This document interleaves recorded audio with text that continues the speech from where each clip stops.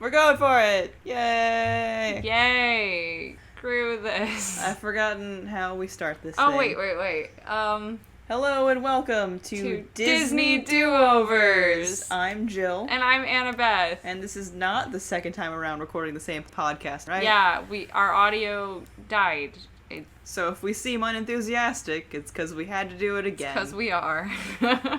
I hate repeating things, like, a lot. So I don't know if we're gonna get to everything we got to last time. We're not. I have my notes that were never organized in the first place, and it's been weeks since we've seen these movies. Freaking weeks! But speaking of movies, this week we're talking about 101 Dalmatians. Oh, just look at that enthusiasm.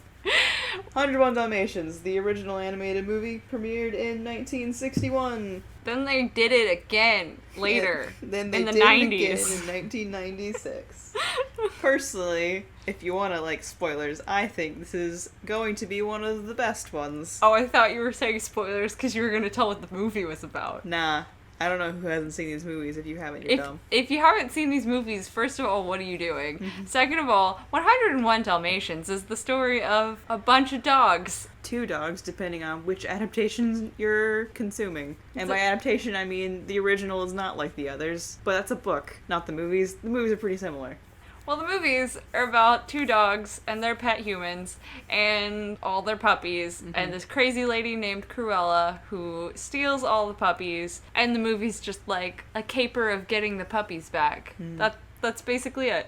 But as I mentioned, they're based on a book, which I have actually read. Again, that is not Jill going has read to be the source material. This is not going to be a thing that's going to ever happen probably again in the podcast. Nope, Jill is But setting a trend. I've actually read the thing it's based on. I didn't know it was a book. When I found out, I instantly had to read it. I enjoyed it. And how was it? Yeah, I was gonna say. And it's very different, but also very the same, which is kind of cool. the author's name is Dottie Smith. I feel like you should say that since you said it's a book. Yeah, the book, if you've seen the movies, is... the premise of, there's Pongo and Perdita, and then the humans, Roger and Anita Radcliffe, and then puppies. However, in the book, it's different, which is kind of very interesting to me. Yes, there's Ponga.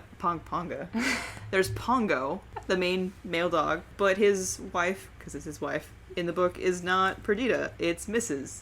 It's Pongo and Mrs. Pongo, which is freaking adorable. Literally her name is Mrs., but it's Mrs. Pongo. In fact, she says she added Pongo to her name after they got married. It's ridiculous, and I love it. That's cute. But not only that, there's not just the 2 adult dogs, there's more. There's also Perdita. There's another dog called Perdita. The other woman. Yeah. Woman dog. The book goes a little bit more realistic in the actual raising of, if your dog had 15 puppies, that's a little bit too much for one dog to handle. So that brazen hussy. Who's a hussy in this? In what world did I say hussy? I said hussy because someone's a hussy. What did I say that made you think hussy? Wait, the dogs are cheating on each other, aren't they? Having puppies with... No! Oh!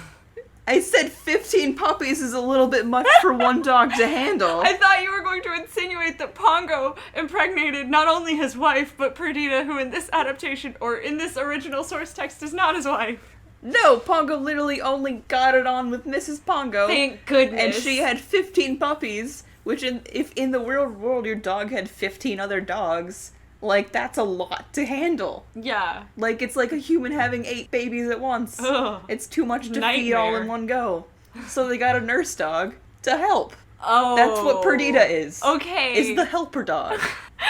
I thought you were gonna say 15 puppies is too many for one dog to have, realistically. So the puppies were from 2 different mothers. No. Because love is dead. Mrs. had 15 puppies. Perdita also had puppies, which her owner sold. And she also, lost her husband because they weren't by the same owner. Oh. Which he's actually, fun fact, the 101 dog in the book. During the book, you find out, there's Pongo and Perdita and Mrs. And then 100 minus 3 puppies. I don't want to math right now. 97. 98? Oh. Now there's 97 puppies. Oh, okay, 97 puppies. Those 3. Plus the 3 adult dogs. And then at the very, very end of the book, they reunite with Prince, who is Perdita's husband. That's and cute. He is the 100th Dalmatian. Aww. Which is very adorable. I say the book is more realistic because in respect of, like, their dogs, even though they're the main characters, it is kind of more realistic. But the book has many drawbacks. Mostly that it's super sexist. Do tell. Was it like it's about not all like, the females being stupid? I think you all told me the this. girls are either dumb or weak. That's mostly it. All the girls are either dumb or weak. It's not like they don't have good qualities too. Like Mrs. is dumber than a bucket of sand, but she's very brave. And that in itself wouldn't be a big issue because you can have like a single character that is a certain way and not be offended by it. But the fact that it's not just her, it's every female in the book. Oh wow. Is kind of not portrayed as like as good as the male version. This like was Pongo. written by a woman. Pongo can do no wrong. He's strong, he's brave, he's smarter than any other dog, he's awesome. Perdita does not know what the concept of left means. Like, Pongo can read, Mrs. can look at her paws and not understand the concept of left. Bless her heart. As we say here in the South, bless her heart. And I think I did write down one line just as one little nugget of sexism that you can just keep for you. Okay, I think the only sexist line I wrote down was, Lucky Patch, Roly Poly, and the other boys struggled along bravely, but the girls stumbled and panted and had to have many rests. I know that's only one example, but that kind of says it all right it's there. repeated constantly throughout the book of that's what is going on, is the boys are fine, the girls struggle. Which was kind of annoying, but it didn't detract from the book overall. It was still kind of an enjoyable read. It was a lot like watching the animated movie plot-wise and feeling-wise, which is kind of cool. Oh, that is cool. And it's not like the dumb characters didn't have redeeming qualities. As I mentioned, Mrs. was super brave, and also sometimes dumb characters are played for pretty good laughs. I also wrote down a line of, near the end of their run back home, they're being chased by Cruella in a car, and they see this moving van, and Pongo says oh, it's a miracle, kids jump in, and Mrs. does not understand what the concept of a moving van is. Let's see what the full line is. Quickly pups jump into the nice miracle, says Mrs., who now thought miracle was another name for a removal van. Which, I don't know, as you're reading that intense scene, that line was very funny to me. That is really good. We haven't talked about the movies at all, because I was talking about the books, because it's kind of cool. I'll probably keep talking about the books throughout this podcast. Okay. But it is about movies. The 101 Dalmatians was adapted into a 1961 animated movie by Walt Disney Studios. It was the first to use Xerox process. It was the first to do what now, Beth? To use xerography to do stuff. It was the first to use the process Xerox. This is not getting any better. They Xerox copied the animation. I mean, isn't that kind of what it was? Yeah. Yes. It was the first to use that, which literally saved the studio because it was so much cheaper. It was the first to use that all the way through, right? Because they experimented with it with Sleeping Beauty, but then this was the first movie to do it for the whole animated feature. Yeah. And Walt Disney absolutely hated it. Oh, which yeah. is hilarious because I freaking love it, and that's what I associate with some early Disney movies, is that scratchy, it's grainy. scratchier, and it's not as... I dig it. Yeah, I do too. It's not clean and smooth, and I lean into that because all of the animated drawn movies have a certain scratchy quality to them. The Xerox ones in particular have even more so, and if you look at the remaster versions now, they're so smooth that I don't like it at all. Oh yeah, I hate when Disney stop remastering things. Please just leave them the way we saw them originally on VHS. I mean, I guess reworking some of the colors is kind of nice, but I don't like the smoothness of it. I miss the scratchy quality. Yeah. But that's just because we're old people who can't enjoy change. Well, okay, that's one way of putting it. I like change. I like hand-drawn animation, and I will die on this hill. But, of course, as we mentioned, it was adapted at night. We have to do things again. This was also done again. This was done again. This was done again. This is Disney do-overs. So they remade 101 Dalmatians with live people and live dogs in 1996, and Glenn Close played Cruella. That was like their big name person that they had in that movie. But also, the henchmen were played by people who are a lot more famous now than they were then. We've got Hugh Laurie and the dude who played Arthur Weasley. that's his name, Arthur Weasley. That's his actual legal name. Is Arthur Weasley. Yep. And they had real dogs, which was, Fun fact, that's they really had nice. 230 Dalmatian puppies and 20 adult dogs. That's amazing. See, that's so much better than some quote-unquote live-action remakes that they do nowadays, but we'll get into that later. Just a couple movies from now. It had its merits. We'll talk about how it was made, which was the coolest part. It's a lot like Avatar like that, but I should stop talking about this movie that we're not talking about right now. What? Oh, are you talking about... Yeah. I'm not talking about... I was talking about... What are you talking Wait, about? what were you talking about? Lion King? I was talking about The Jungle Book. Oh. Remember the bad one? I fucking hate that movie. Just you wait. A couple episodes from now, we're gonna just drag The Jungle Book for about an hour. What is... Cinderella's the next one, right? Yeah, Cinderella. I'm so excited to watch Cinderella because I like that one. We've spent so little time talking about the movies that I'm going to continue not talking about the movies. Awesome! I just really enjoy the fact that both the animated 1961 version of this movie and the 1996, and the book, don't forget the book, all three have sequels that have nothing to do with the other sequels. Oh boy, we're gonna talk about Disney sequels. Like, the book and the two first movies are the same story, basically. And then the other three all have nothing to do with each other. It's awesome. The animated one has Patch's London Adventure, which follows one of the puppies. Oh yeah. That's kind of cool. He meets, like, his dog actor hero and has London Adventures. Wait, can you spoil Patch's London Adventure for me? I don't know if I remember the ending. I don't either. I don't remember the movie. Mm-hmm.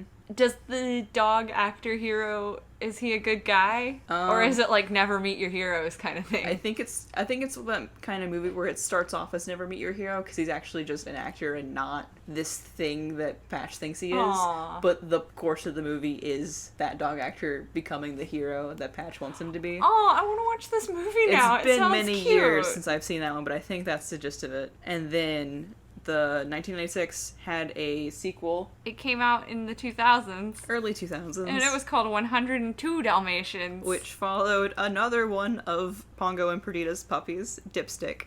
Actually, it didn't follow it didn't follow Dipstick, Dipstick. but it was Dipstick's Dot? kid. Dipstick was the puppy of Pongo and Perdita. But which spotless Oddball. doggy? Oddball. I said Dot. Why did I say Dot? I'm pretty sure the quote-unquote wife of Dipstick was named Dottie. Sure. Or I would tell you accurate information if I remembered it, but I don't really have that in my notes, and I said it correctly last time, so just focus on that. There was a parrot in that movie, and... But yeah, so it follows Dipstick's three puppies, which they had fun names. I wish I could remember them. Wait, are you talking about the book sequel? No, it's just like 102 Dalmatians. I don't remember anything about this movie. You don't? I remember... I've not said anything important to the movie as of yet. Alright. Say words, because I'm lost. Dipstick, the puppy of Perdita and Pongo, has a new owner. I forgot her name because she's not important, because who cares? She's very important, I'm sure.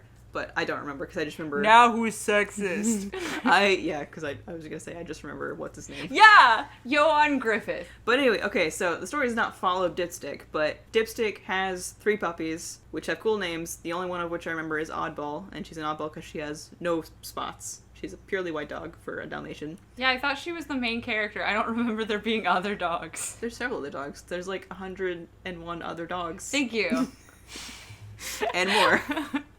But yeah, it again follows, it kind of more follows Cruella, who had been rehabilitated, but not really, because she immediately wants to go and make another coat of puppies, only with, a hat this time. That's why she needs, a couple of extra puppies. She needs, another extra dog. For the hat. So yeah, it's the same kind of premise of, we need to steal dogs. Also features this guy who runs an animal shelter for dogs and has a parrot who thinks it's a dog for comic relief. Great. And that's 102 Dalmatians. Is that the Johan Griffith character? Yeah. Aw, yeah. I love him. And he falls in love with Dipstick's owner. What's her name? Yeah, sure. And then the best of the sequels is the book sequel, which I have not read, but I want to, because it's such a interesting plot idea. I think it's called The Starlight Barking. Stay with me here. It follows the puppy of Pongo and Mrs., because that's what all the sequels do. It follows, if you've read the book, Cadpig is kind of a big-ish deal in the book. She's not mentioned at all in the movies. Yeah, because what kind of name is Cadpig? It has a meaning of, I forgot what it is, because it's been so long since I've read this book. There's a reason it's named Cadpig. Cadpig means something in 1960s Britain, or 1950s Britain. But, okay, so Cadpig becomes the dog of the Prime Minister of England. And then, for some reason that I've actually kind of forgotten, all the humans go to sleep and don't wake up. No. They just go to sleep, and all the dogs have to get together in a parliamentary setting and figure out what to do.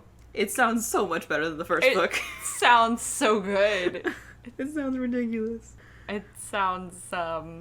But yeah, so I've seen the 2 movie sequels. I have not read this book, but I kind of want to. And maybe now we'll actually talk about the movies. Oh, I was just about to bring up the cartoon. Let's go for it. Let's not talk about the movie at all. No, we don't need to. It's fine. All right. Oh, wait. Cadpig. Okay, I went to the Google. Mm-hmm. And what's the Google say? The Google says, ow, there's something biting me. That's a weird thing Google says. That's not what the Google says. But Cadpig, English in origin, a term that is used for the smallest piglet in a litter of pigs. Yes, because Cadpig was essentially the runt of the litter. Not to be confused with runt is the next sentence on Google. What's the difference? I have no idea. Well, yeah, Cadpig is the smallest puppy. She has the hardest time on the trek they have to do in the snow. Also, because she's a girl, that makes it worse. Right, because girls can't do anything. But also, she's generally the smallest puppy of all of them. And she really... Because she's female. She really, really likes TV. She has some pretty good lines in the book, too. Like, some good concepts. Okay, so I told you about the... We're never going to talk about these movies. Nope, never. That's what we do. On Disney Do-Overs, we just don't talk about the movies. Down. Don't let Jill read the book next time, because that's all she'll talk about. It'll be a good thing that I don't read the book. I'm going to read the source material next time. Oh, the church thing! I wonder if I wrote it down. I remember you telling me this last time we recorded this same podcast. Yep, found it. Okay, so, if you've seen the movies, they obviously have this big trek through the English countryside to get back home. Also in the book that happens. But during the course of that, the dog's having a really tough time because they're puppies in snow and they can't really handle it. So they find this big stone building to we'll take a rest in here. Turns out it's a church. Dogs don't fully understand the concept of church, but Pongo and Mrs. definitely realize, dogs aren't allowed in here. But they go in anyway, and all the puppies are super, super excited because they see these little things that are, perfectly puppy-sized.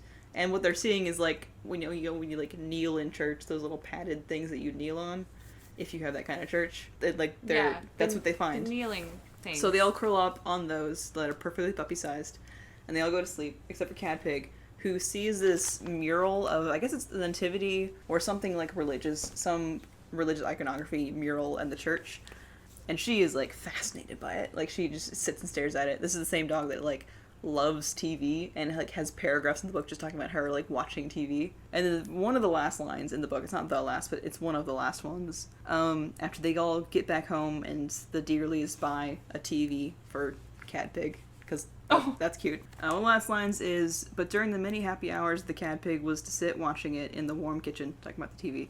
She never liked it quite so much as that other television, that still silent television she had seen on Christmas Eve, when the puppies had rested so peacefully in the strange lofty building. Aww. I don't really know what I think about that specifically, but I think it's cool. I love it. Because I don't really know what you can, I feel like you can write an essay on the concept of television in the book, but I don't know about what. Yeah, and that's a thing that is in the movies as well. So, the dogs love watching TV. Mm-hmm. Canine Crunchies. Canine Crunchies. I like it when the henchmen are watching TV because they're watching What's My Crime? Oh, yes. I wish that was a real show. It should be. I would watch What's My Crime. Are they watching it in the live action? Because I know they're watching it in the book and in the animated one. I don't think they are in the live action one because I was like, oh wow, this would have been better with What's My Crime. I remember thinking that. Yeah. We're gonna talk about the movies now! We're finally gonna talk about the movies! I really liked how they made changes to kind of bring it into a modern day. I thought that was done really well. Yeah, so the one made in the 1960s, the animated version, was obviously in the 1960s, but the 1996 version was updated. It was the live action version set in the 90s, so they updated things. And yeah, you were going to talk about that, but I thought I would context that first. Yeah. So in the 1960s animated movie, Roger Radcliffe, I don't think I mentioned, in the books he's called Dearly, but they changed it to Radcliffe because they didn't want anyone to be confused with, like, Lady and the Tramp. Jim Dear and Darling. So it's the Dearlys in the book, and it's the Radcliffes in the movies, and I'll probably go back and forth saying one or the other, but I'm talking about the same thing. I prefer Radcliffe. Radcliffe is kind of nice. It sounds better. But, okay, so in the animated movies, Roger is a musician, struggling musician, and in the live action, he is a computer programmer, video game designer. And I think that conceptually works really well. As a music person, Roger kind of turns their finances around by the end of the movie by making the song about Cruella de Vil, which apparently becomes a big hit in like a few days. Because there are no, like, slander or libel laws. It's fine. The 60s. Right.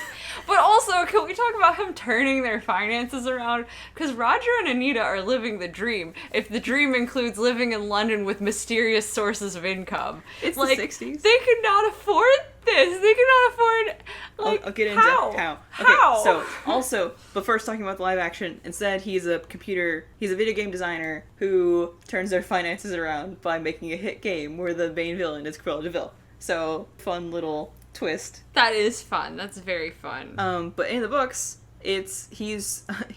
Roger is described as a financial wizard who has helped get Parliament out of debt multiple times. So which honestly makes a lot more sense for London. Of course, like, the person who can live in downtown London in a flat is a businessman who knows a lot about finances. Yeah, that's how they afford it. That makes a lot more sense. And I also always assumed for the animated movie that Anita just came from wealthy money. Like, she just had money.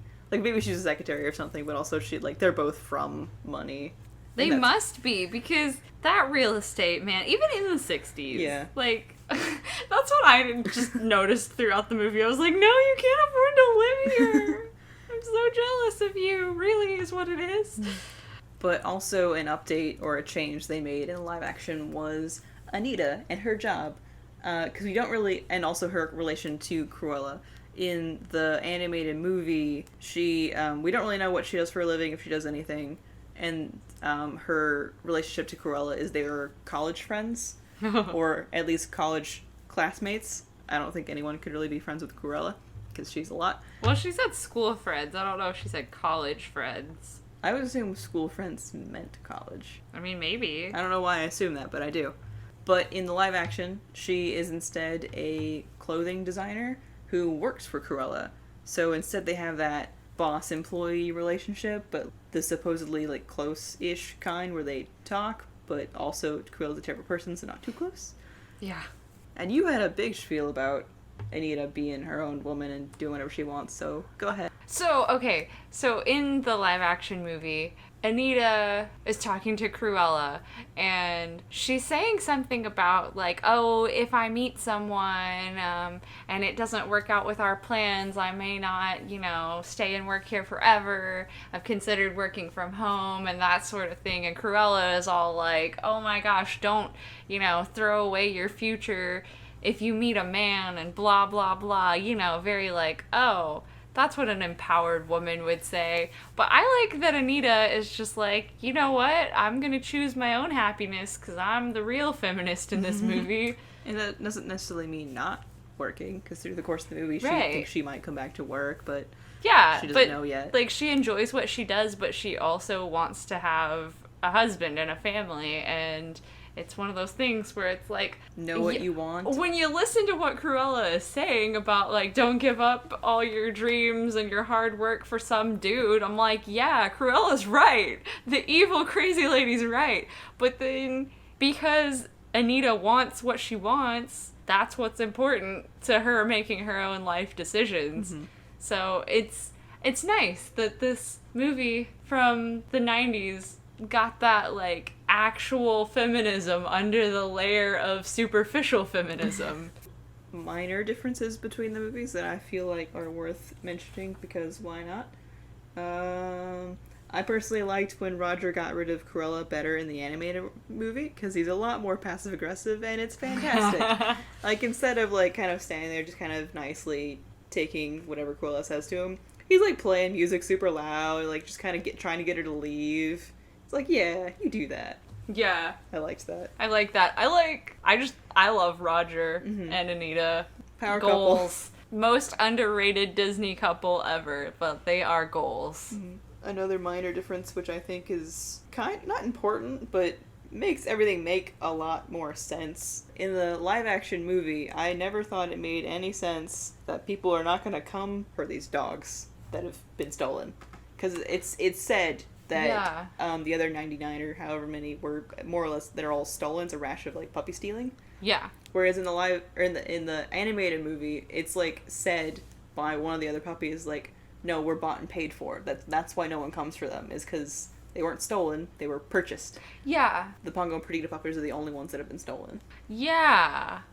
It did make a lot more sense that they were bought and paid for. Plus, Cruella is a wealthy woman. She could just buy dogs to murder and make coats out of if she wanted to. Like explained in the book that it's just more it makes a lot more financial sense to buy them rather than hire someone to steal them.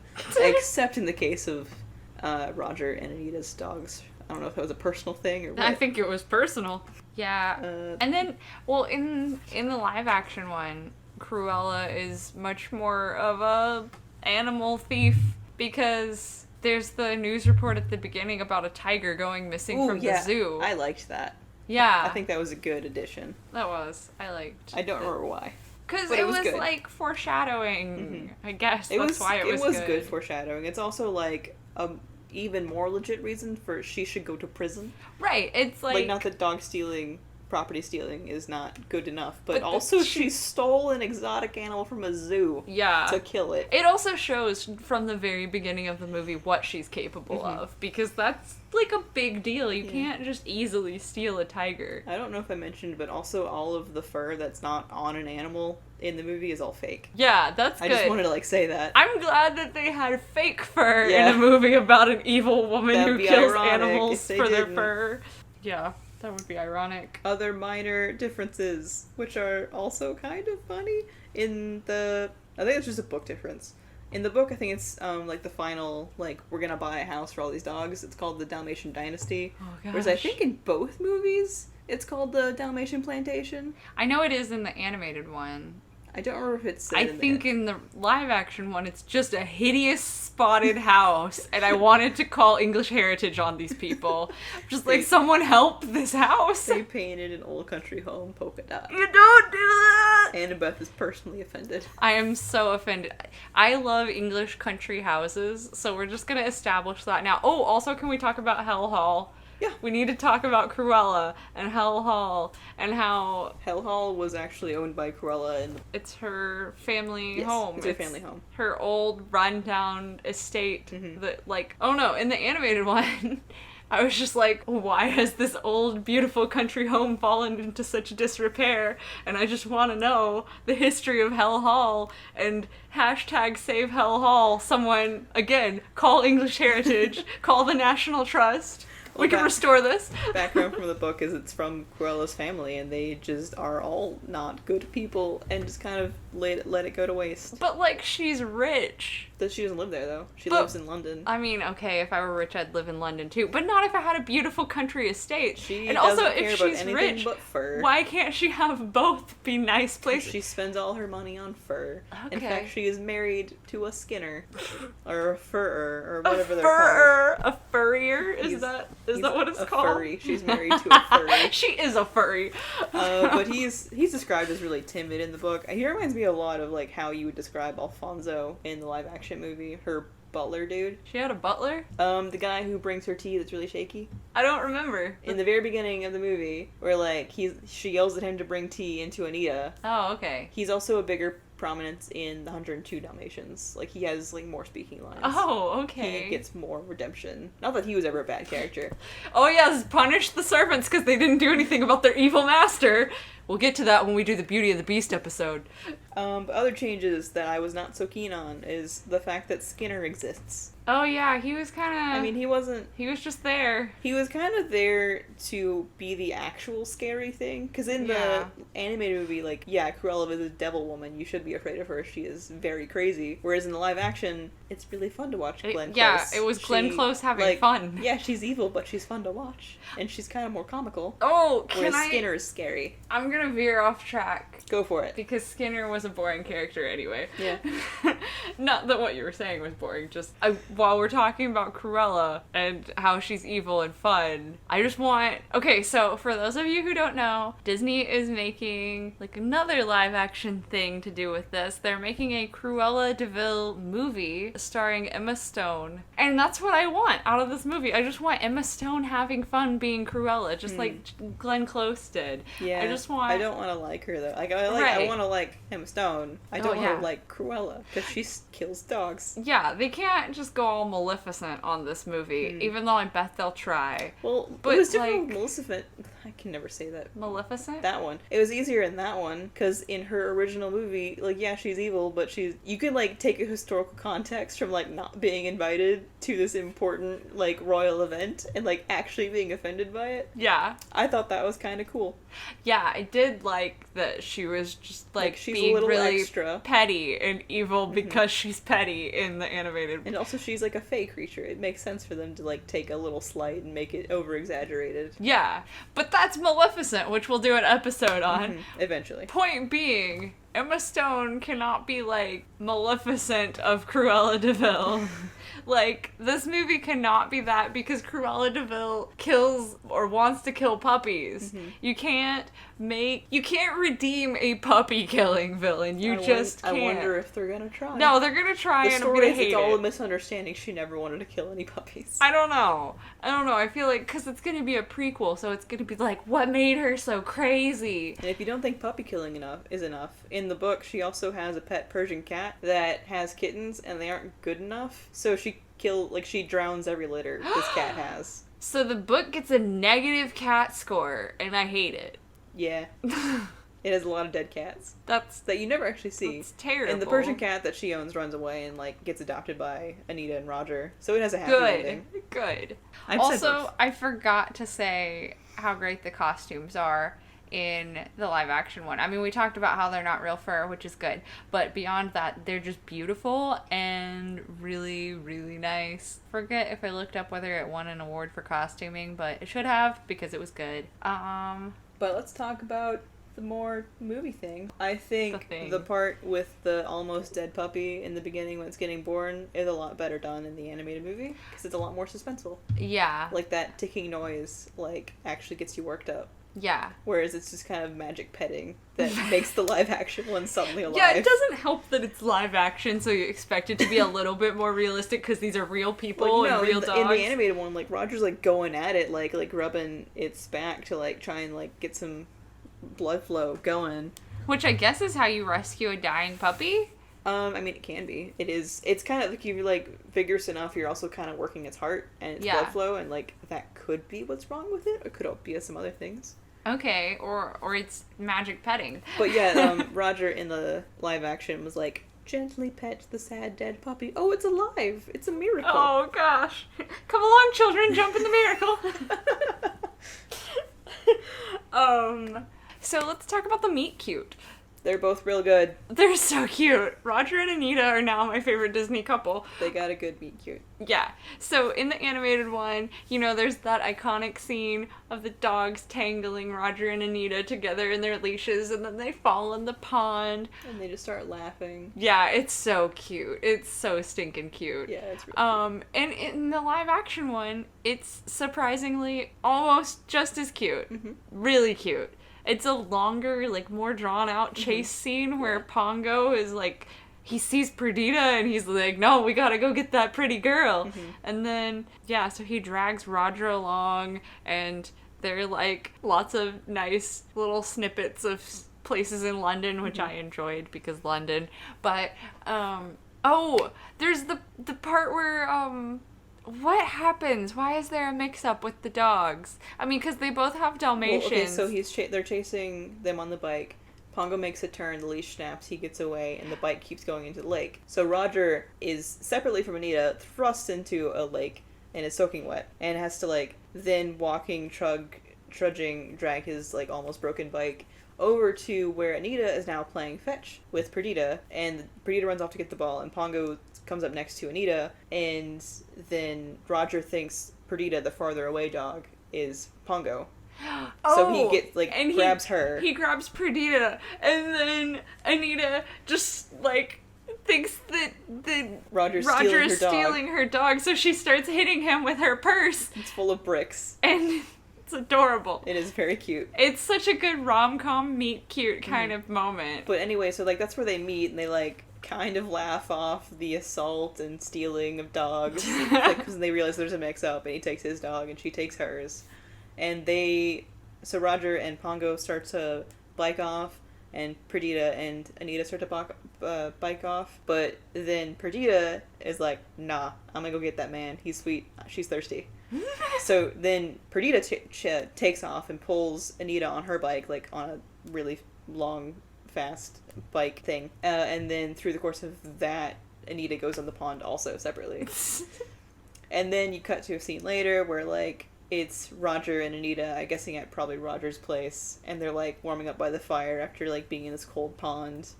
And then they're Would you like another cup of marriage? Yep, they're drinking tea, and Roger asks Anita if she wants a cup of marriage. I mean tea, I mean marriage.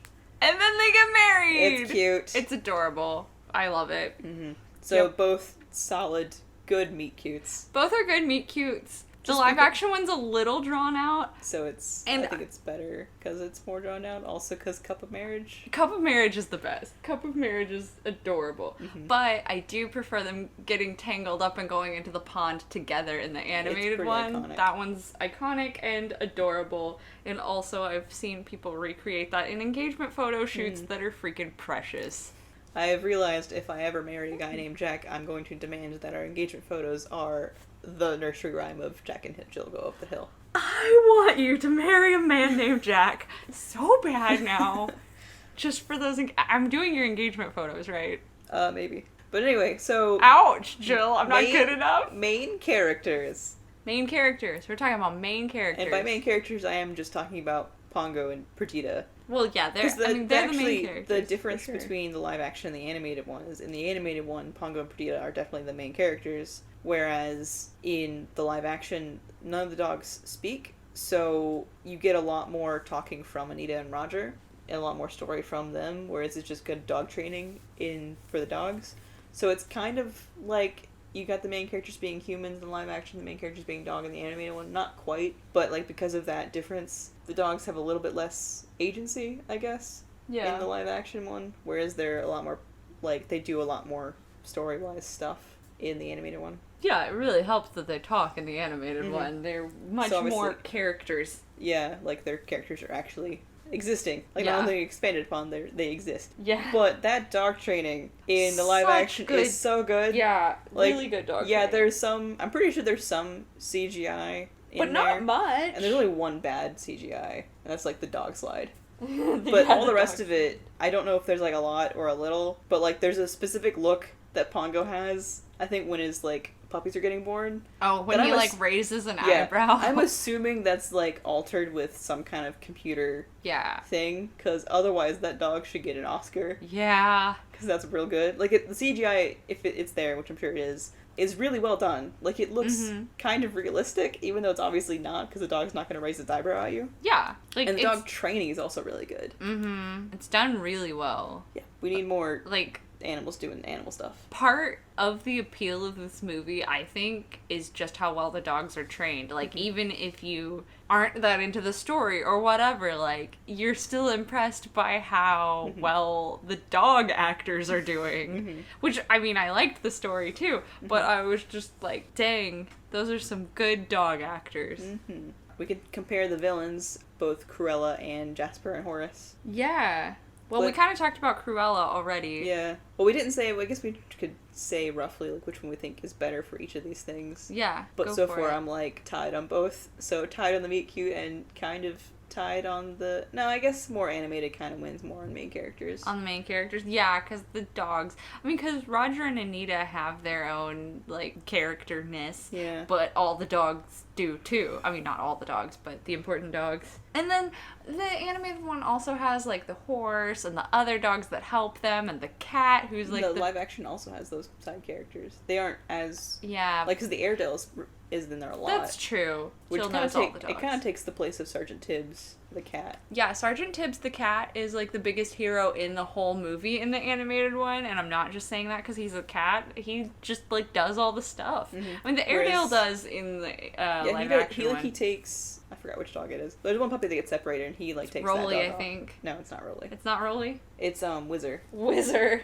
Well, I very much enjoyed the cat in the animated one. Mm-hmm. And what cat score did I give Alice in Wonderland? Did I give it a 2 cat score because it had literally just 2 cats? Probably. Okay, well, which you should know this scale is completely arbitrary. Mm-hmm. And although Alice in Wonderland has a much more iconic cat plus an additional cat, the cat in 101 Dalmatians is just better. 101 Dalmatians, the live action, gets a 0 cat score. The book gets a -1,000,000, and the animated one gets a 3 on the cat scale because it has a better cat who is a bloody hero. Let's talk about the ending, because I have talking about the ending down here, but I don't have any notes about what I wanted to say about it, so I've kind of forgotten what it is. Is it about that ghastly spotted house? No, nothing to do with that. It's like how the movie, aside from like taking out the epilogue, I guess, of like literally the coming back to the owner's part ending. Oh. You got like the big over the top is not realistic at all ending in the live action, whereas like look at all these police people and just open the doors and all these puppies that have never been in this house before are gonna run into it because they're inviting them in. And never mind the fact that those puppies were... Okay, in the live action one, it's stated that the puppies were stolen from pet stores. Mm-hmm. And the police are just like, okay, Roger and Anita, I guess you can just have all of these puppies. Let's not worry about stolen puppies from other places. You just take them. Whereas, like, the puppies in the animated one were bought and paid for, so Roger and Anita could just have these puppies. But the live action did have that correct feeling of it's Christmas Eve and this is like a happy miracle, like everyone's happy. That's true. The animated one had a slightly better one where they had taken all these puppies because they're good people and also they're covered in soot and they don't realize what the dogs are at first until they start rolling around and cleaning themselves and like, oh, it's the Dalmatians, they're filthy. I'm so happy it's Christmas Eve, I have my dogs back and all these other dogs. Yeah. They both have like that feel of like genuine like familial happiness at the end, which I like. I always forget that this movie is set at Christmas time until I recently rewatched them. And then I was like, oh, Christmas. I think I said the last time we recorded this that, like, the live action one is good, but it's more... Oh, I talked about how it was kind of, like, hard to pay that much attention to because the dogs don't, like, speak. They don't have as much agency. And I think I said this is the kind of movie I want to put on at Christmas and not pay that much attention to. Except for marveling at the dog training. But, I like that it's set at Christmas time. I like the snow, the snowy English countryside, the nice familial happy feel at the end where it's like a Christmas miracle. Yeah. I just want to mention that the opening credits of the animated one have a bunch of spots. I love it. Nice jazzy music. I love it so much. I love it's the so opening good. credits. 10 out of 10 would recommend. Like, they start and they just make me happy. Generally, opening credits of old Disney movies make me happy, but this is like, I forgot how much this one does because it's like that Xerox scratchy spots thing, and it's just really good. It's lovely. It's really good. It's so lovely. If you had to pick which is the better movie, which one do you prefer? I prefer the animated one. Yeah? I feel like this is going to be a No, last time... Okay, so we previously recorded our Alice in Wonderland episode. That one I picked the live action. Okay, so I don't have just a solid pattern that's going to happen. Because this one I'm definitely picking the animated one. Like, the live action was good. I liked it. I liked the meet cute. I liked the extremely well-trained dogs. I liked Glenn Close's performance as Cruella. But the scratchy Xerox animation and just the, like, I don't know. I like the animated one better. What about you? I want to choose the book. You can't choose the book. I also know that I just complained about how sexist it was and how, like, out of date for the 60s it was. But shocker, you can like things that are problematic. But, like, I guess it was also because I grew up with both of these movies, like, being what I watched as a kid. Like, I loved them both a lot as nostalgia. And the book was so different. Like, it's the same story. Because I don't, like, love the story of Untitled Dalmatians. It's not, like, super... It's just a sweet little story about some dogs, which is pretty cool to watch. But the book, it was just a different telling of it, of the same thing, and it was just cool. I liked it. Yeah. So I kind of want to choose that, because it's actually really hard to choose between the other two movies. Oh. Like, it's very hard. I don't know what I chose last time. Yeah. That means you have to think about it again. But it's very much a tie. They're both good. I guess I kind of lean more nostalgic happy with the live action. Okay. But only just barely. Yeah. Like, they both, like, I love the meet cute in both of them. I love the feeling both of them give me. Mm-hmm. It's the good story. Technically, the animated one has less plot holes. Like, it's kind of a better done movie. Yeah. So I guess I should choose that one. But, like, just thinking of, like, the feelings kind of lean more live action. I think I watched that one a little bit more as a kid. Okay, yeah. But I think animated one might be a better done movie. Well, it doesn't matter. You said favorite, not better. Yeah, that's fair. Oh, okay. Okay, so let's talk about now in the larger context of Disney live action remakes, because that's what this podcast is really about. Okay. So this is, okay, we know that this is not the first one they did. Mm-hmm. Originally, when I was making the timeline of these, I was thinking, oh yeah, it all started with 101 Dalmatians. They remade that in live action. No, I think like a couple years or a year before they did that, they did The Jungle Book in live action. There's one from the 90s. I forgot about it. I don't think I've ever seen it. But basically, this is the second of Disney's live action remakes, and way before it was a trend. Because there's been more live action remakes from Disney even earlier on, if you're including Alice in Wonderland. Oh, true. Yeah. So, like, I'm pretty sure these two were the first in, like, the after 1980. Like, I feel like there's Which ones did they actually do live action remakes of their own movies of? Well, I mean... Before this. Okay. Well, the Alice in Wonderland is the main one I'm thinking of, and those were made before there was an animated movie. Okay, then no. Okay. That's Disney making Alice in Wonderland, and then Disney making animated Alice in Wonderland. That's the remake of the live action. Oh, no! But I would say that Jungle Book and 101 Dalmatians are the first time that they remade their own movies in live action. Maybe. Or, I don't know how much of that Jungle Book actually is, but we'll see when we rewatch it. So I was gonna say, like, is it, like, yes, it's Disney both times, so I guess you can automatically say they're remaking their animated one, but, like, they were both also other stories first, period. So how do you know they're not just taking the book or whatever source material it was and making that into whatever media type it is? Yeah, it's really tricky with most of these because they're based on books or fairy tales or different stories like that was that the already excuse Charlie existed. Chocolate Factory used. Like, oh, we're not adapting Willy Wonka. There's a book. We're doing a book. Yeah. So, I mean, when we talk about this on this podcast in general, like, obviously there's a lot of gray area of whether they're remaking, but now in the current era in which we are living, they are definitely leaning hard into remaking their own movies in live action, very similar to their animated movies. Again, I don't know that much about the Jungle Book one from the 90s because I don't think I ever saw it. We'll investigate that when we do the more recent Jungle Book adaptation. But that's why we're kind of starting with 101 Dalmatians, because it's the one we actually watched. It's the one that... as kids. Yeah. I'm assuming you never watched Jungle Book. No, I never watched that one. That Jungle Book. I watched the animated one because of course I did. But 101 Dalmatians was kind of like a soft launch of the Disney live action remakes, except that it wasn't because it just didn't happen again until Cinderella came out in what year? I want to say like 2015. But yeah, in the 2000s, or the 2000 teens, what do we even call this decade? Anyway, so now we live in an era of very intentional remakes of the live-action movies. All of that spiel to say 101 Dalmatians as a live-action remake of 101 Dalmatians.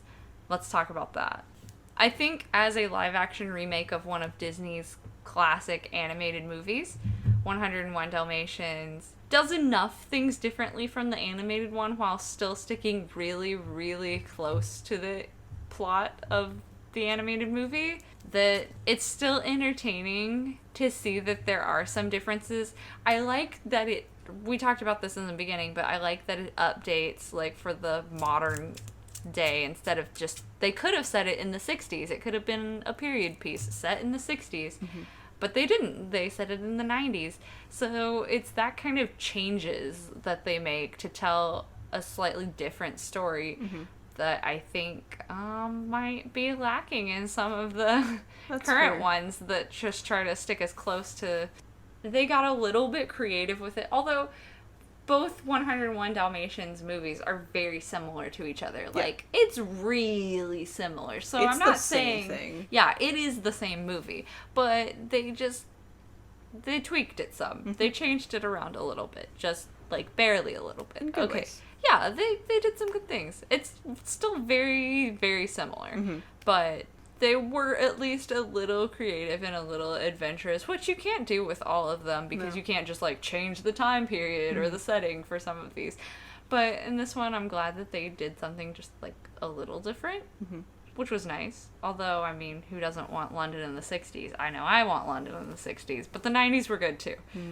I think all of them so far have done something different from the original. Yeah. Not always in what I consider a good way. Not always good, but my point in all that rambling was exactly what you said really concisely. All of them changed something. This one, it works.